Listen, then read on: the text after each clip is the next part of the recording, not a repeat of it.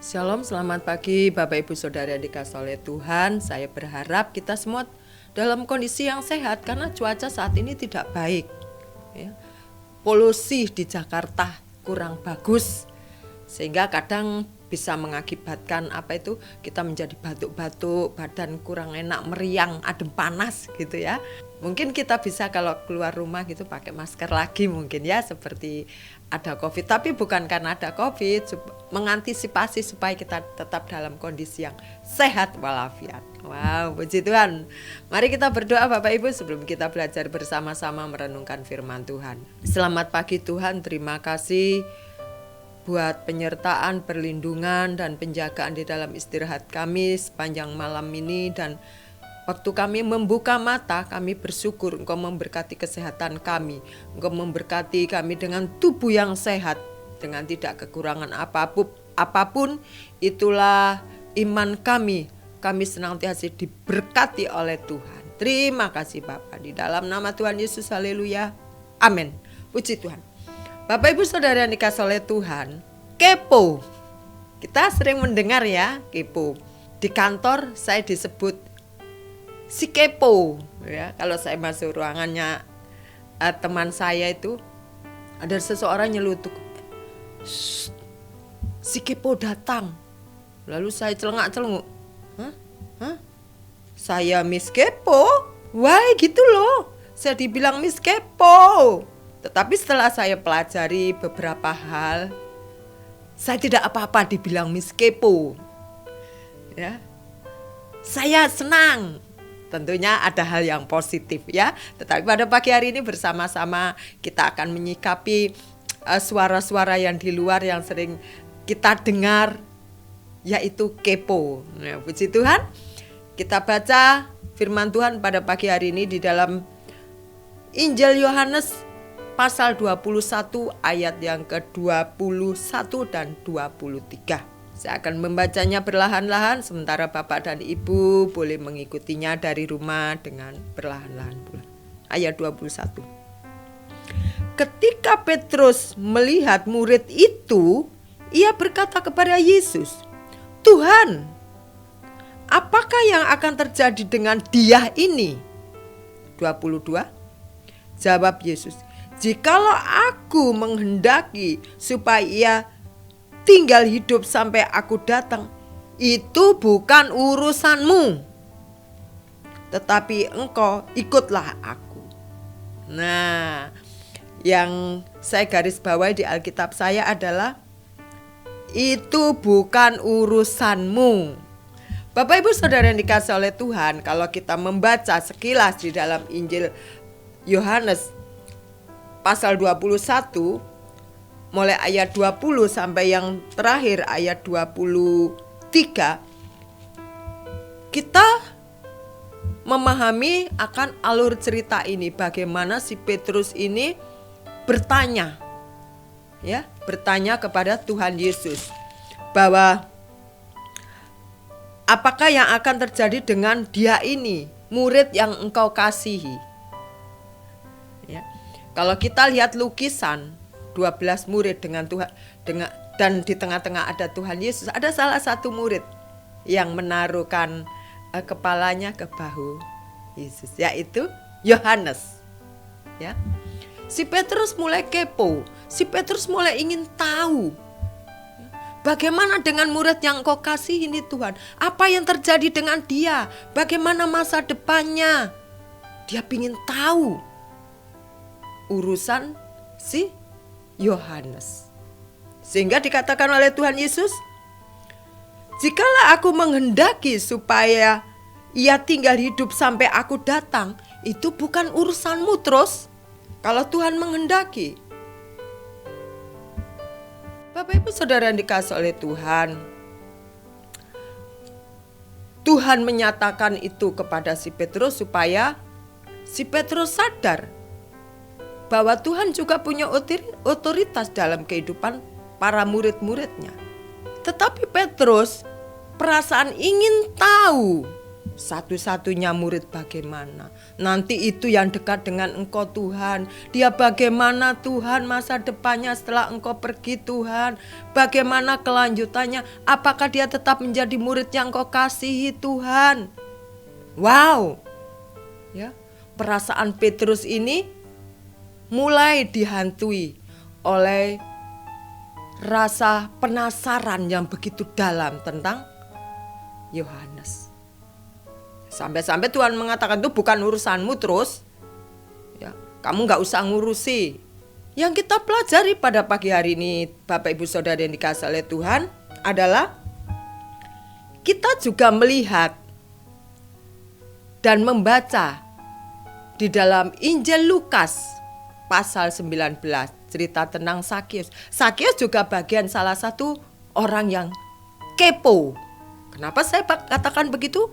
Waktu dia mendengar, di sana Tuhan namanya Tuhan Yesus menyatakan kuasanya. Orang sakit disembuhkan, orang lumpuh bisa berjalan, orang buta bisa melihat. Wah, dia penasaran. Dia ingin tahu, dia mau tahu siapa Yesus itu. Bukankah itu juga bagian dari kepo? Tetapi pada pagi hari ini seperti yang saya katakan tadi, saya tidak apa-apa dikatakan si kepo. Karena saya melihat ada beberapa poin untuk saya dikatakan kepo tidak emosi. Ada hal yang positif yang saya ambil, yaitu si Sakius seperti yang saya katakan tadi.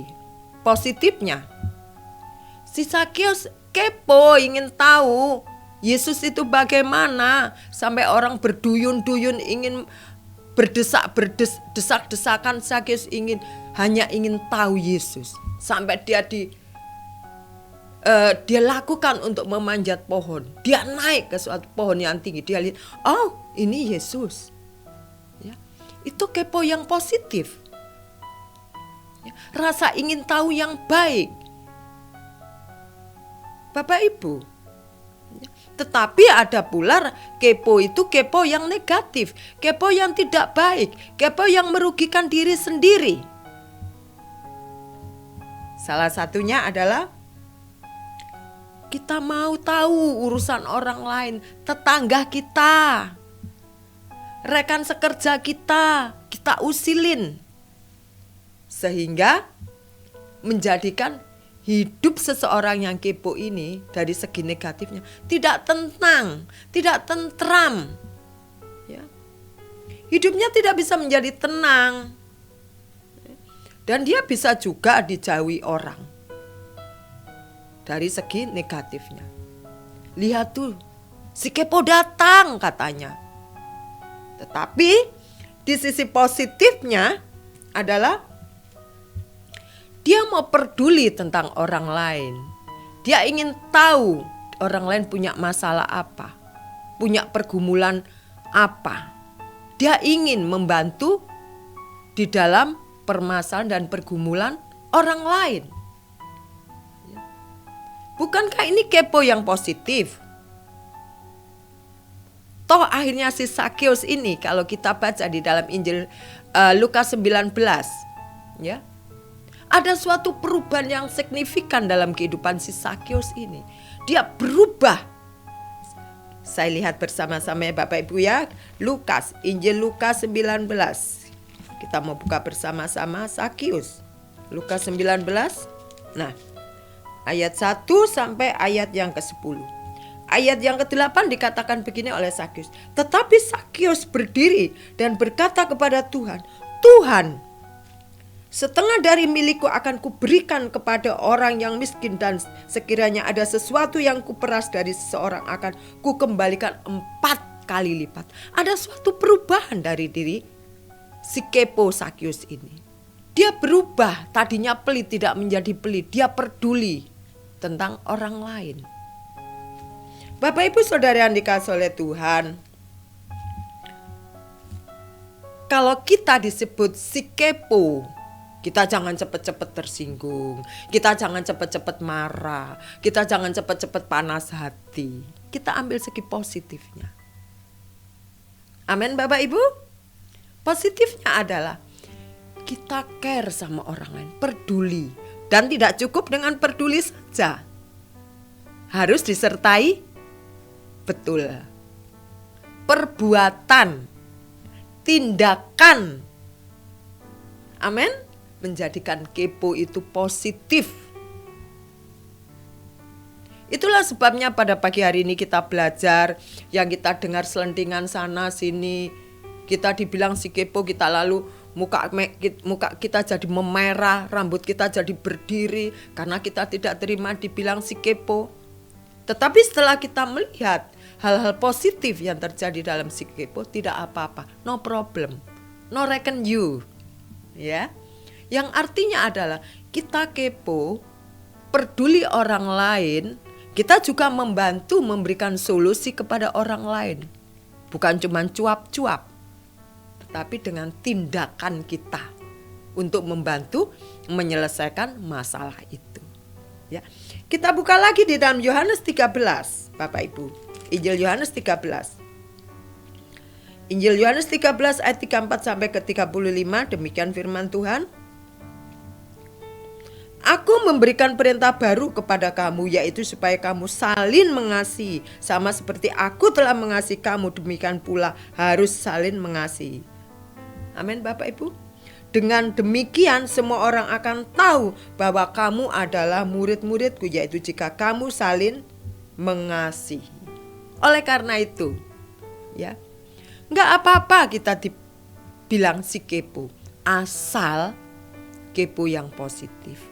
Kepo yang memuliakan nama Tuhan. Ada itu ya yuk, ada.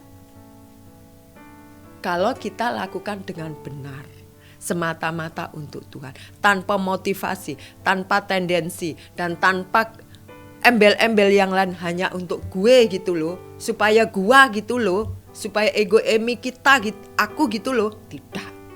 Tetapi untuk Tuhan, untuk pekerjaan Tuhan, supaya Tuhan dimuliakan dalam kehidupan kita sekalian. Oleh karena itu Bapak Ibu Saudara sekalian, pada pagi hari ini biarlah kita melakukan segala sesuatu untuk orang lain, kita sertai juga dengan perbuatan kita, dengan tindakan kita, supaya orang juga melihat bahwa kita bukan cuap-cuap.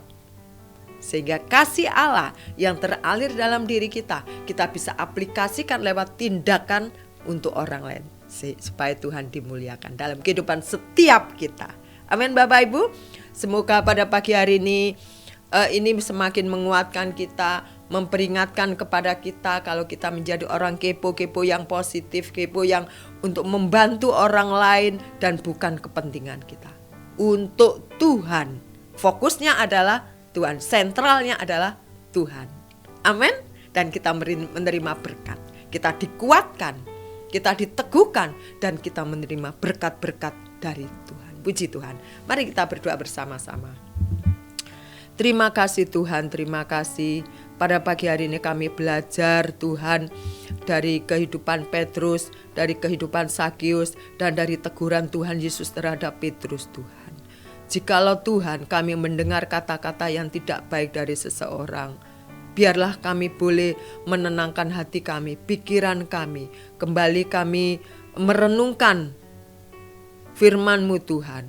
Kami libatkan segala sesuatu itu Tuhan dalam hidup kami, dan kami undang Engkau untuk memberikan keteduhan, untuk kami bisa berpikir jernih, mengambil keputusan yang benar Tuhan, supaya segala sesuatu yang kami kerjakan adalah kami kerjakan dan kami lakukan hanya untuk Tuhan saja, sehingga setiap orang melihat bahwa Engkau hidup atas kehidupan kami.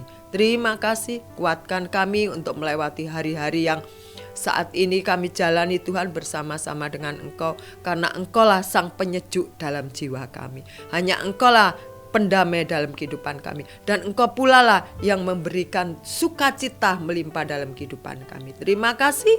Di dalam nama Tuhan Yesus kami serahkan hidup kami sepenuhnya ke dalam tangan Tuhan yang penuh kuasa. Di dalam nama Tuhan Yesus, haleluya, amin.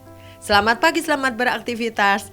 Jangan marah lagi kalau dipanggil si kepo. Tuhan memberkati, amin.